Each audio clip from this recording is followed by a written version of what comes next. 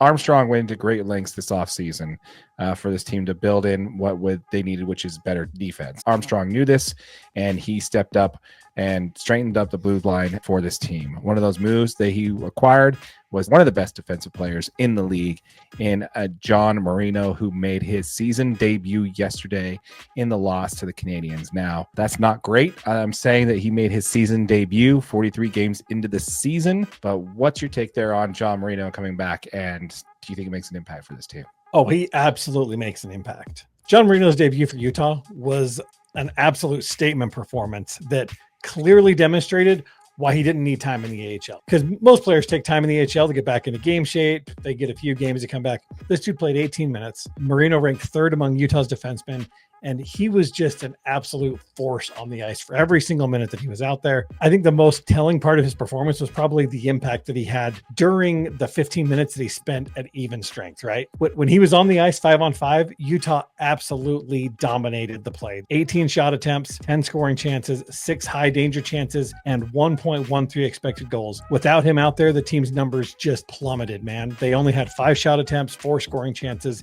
and 0.21 expected goals in the time that he's off the ice for Utah hockey. His presence made a clear difference the whole time that he was out there, and it wasn't just in the offensive zone, right? Those are just offensive numbers. He led all Utah skaters in on-ice shot attempts, unblocked shot attempts, shots on goal, and expected goal percentage, and when they were at full strength at 5-on-5. This dude wasn't just getting back in the saddle, right? He got out there and he made a difference immediately. He finished with the second highest game score among Utah defensemen. That's according to Hockey Stat Cards. I mean, that kind of tells you a lot about his all-around game. He's going to continue to make a huge difference for this team moving forward.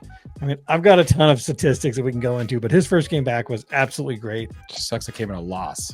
It did come in a loss, but it's a huge step moving forward, right? Give it 5 goals when you bring your best defensive player back. It's kind of not great. But we've lost a ton of pieces over the season. True. As far as offensive weapons, and replacing those guys is going to be more difficult. One thing you got to remember about Marino is he is actually not a great offensive player. He never has been in his career. No. So he's very much a defensive player. The team did play offensively better when he was out there, but he himself doesn't actually take a ton of shots.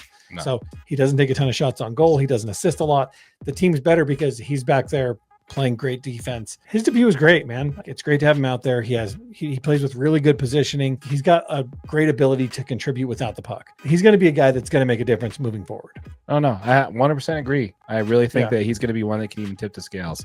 I think if we had him back earlier at this homestand, we'd be staring at a much different record than what we're looking at right now. Absolutely. We had a 2-1 loss, a 3-1 loss, and some other ones that are kind of tough that if you had your best defensive player on there. It also doesn't help that Dylan Gunther, our leading goal scorer, was not in that game last night. Yep, out indefinitely with a lower body injury. Yeah, so that kind of hurts there. So it just kind of seems like we just need to wait for people to get back and get healthy before we can really see what this team looks like.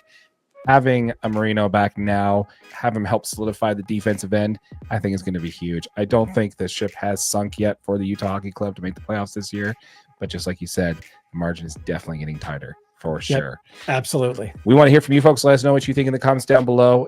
Do you think the Utah Hockey Club are still in a position to win a spot in the NHL playoff? We'd love to hear from you on that. What do you think about John Marino's return to your Utah Hockey Club, making his season debut halfway through the season? We would love to hear from you. Let us know your comments down below for that.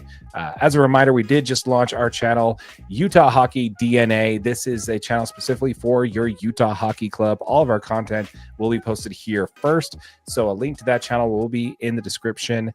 So if you're watching this on our main channel, DNA Sports Recap, be sure to check out the description to see a link to this channel, Utah Hockey DNA. If you're watching this on Utah Hockey DNA, make sure you hit that subscribe button, smash that like button for your boy AJ over there. Boom, do it. And we'd love to hear from you. So be sure to chime in and be sure to check it out. We have a hoodie there for your Utah Hockey Club, Utah Hockey DNA in the merch store. Check it out.